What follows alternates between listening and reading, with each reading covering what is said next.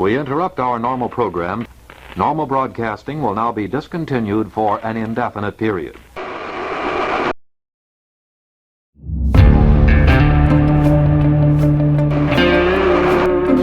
This station will continue to stay on the air throughout the alert period to bring you authentic information. Telephone service to your home may be cut off. If you can plug in your radio in the basement, take it with you. Use a portable radio set if you have one.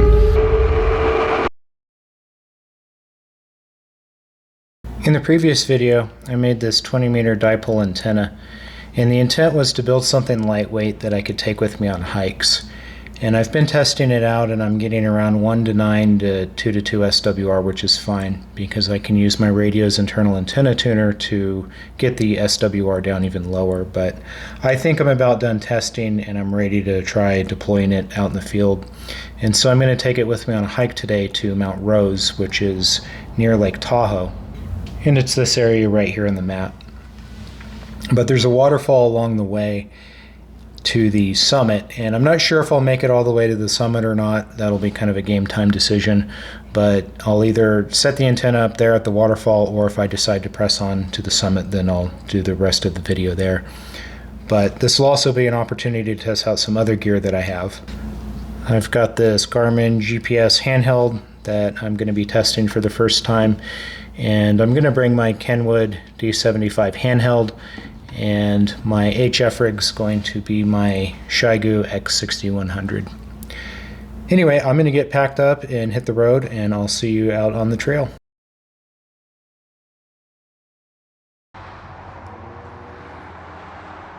Alright, I'm at the trailhead, and it looks like it's pretty busy up here today, but I'm going to get going.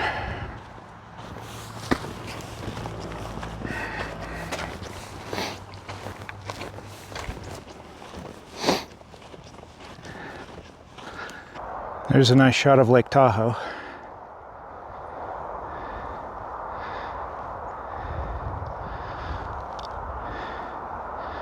It's really pretty out here today.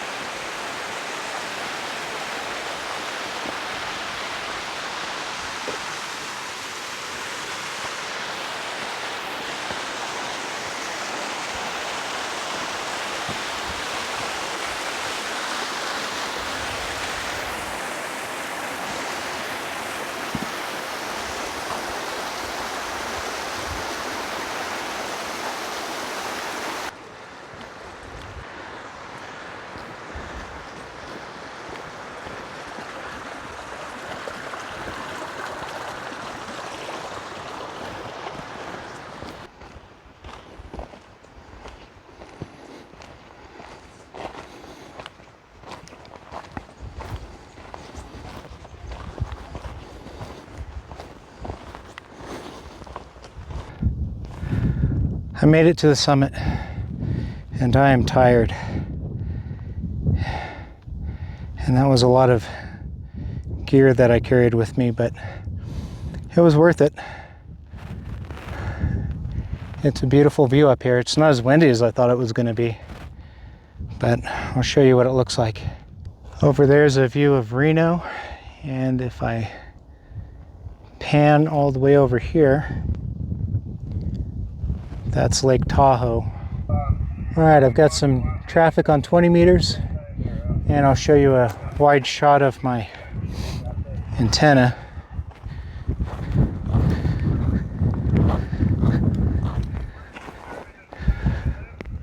I've got the soda beam up, and the dipole's coming down in a sloper configuration.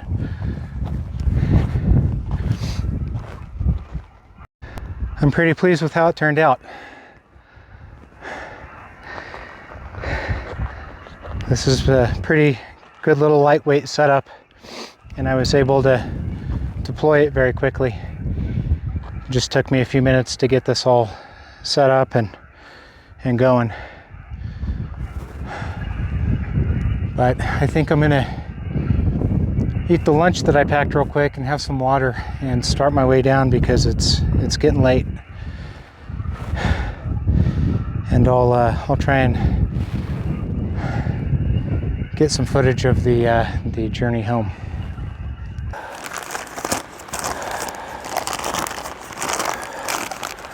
I'm back at the waterfall. It was a long hike down.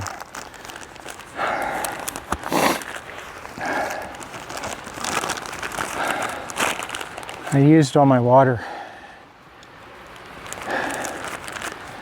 and I'm pretty thirsty. Luckily, there's some water sources out here, so I'm gonna Sawyer mini water filter and get some water from this runoff from the waterfall.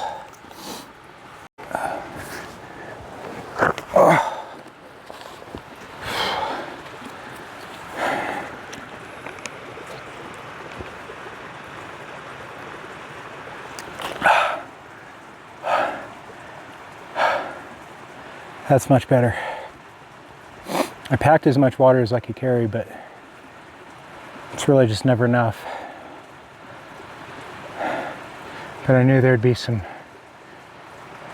water sources out here, so brought this with me. Try not to pack too much radio gear. Try to keep it pretty light, but even at that, it was a tough hike. The last mile was really tough. It was all uphill, rocks, loose rocks, but the view was certainly worth it when I got up there. So I'll probably fill this up a little bit more for my hike back. Well, I've got, I think I got a couple more miles left till I get back. And it's all downhill from here.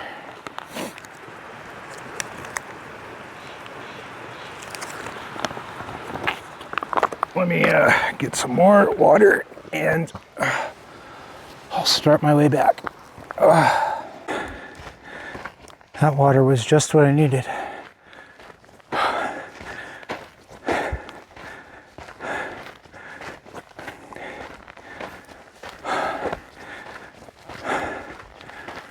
It's nice out. It's not as hot anymore.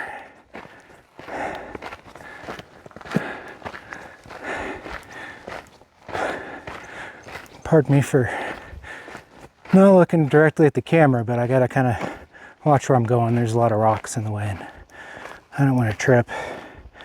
I'm on the home stretch, so I don't want to twist an ankle or something. I need to take a break for a minute. I'm pretty tired. Maybe we'll just sit and chat for a minute.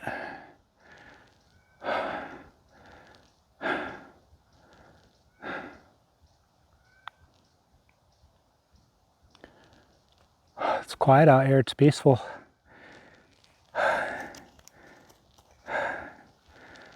I don't know if you know this, but Nevada actually has, I think it's like the most documented mines in the United States.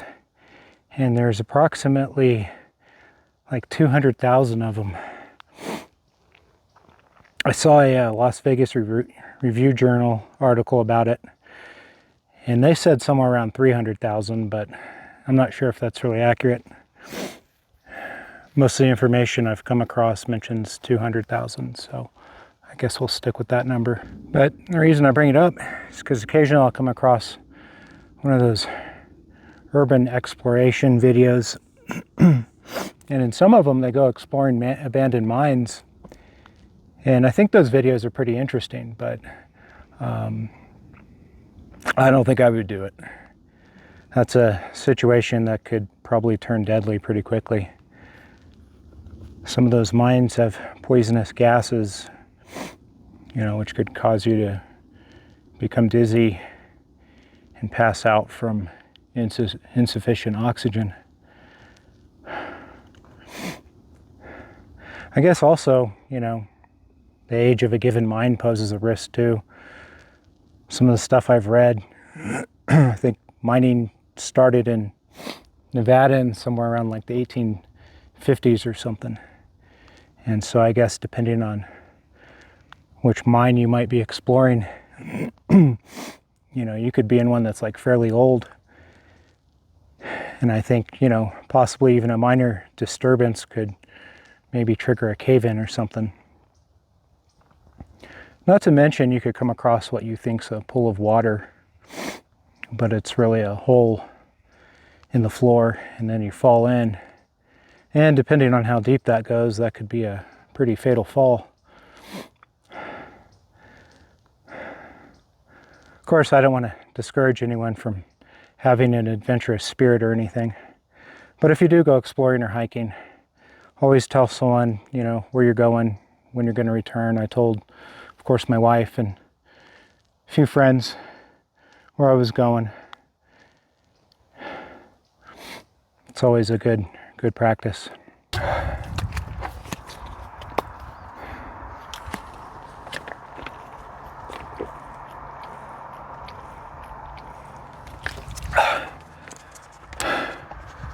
I made it back to the Jeep.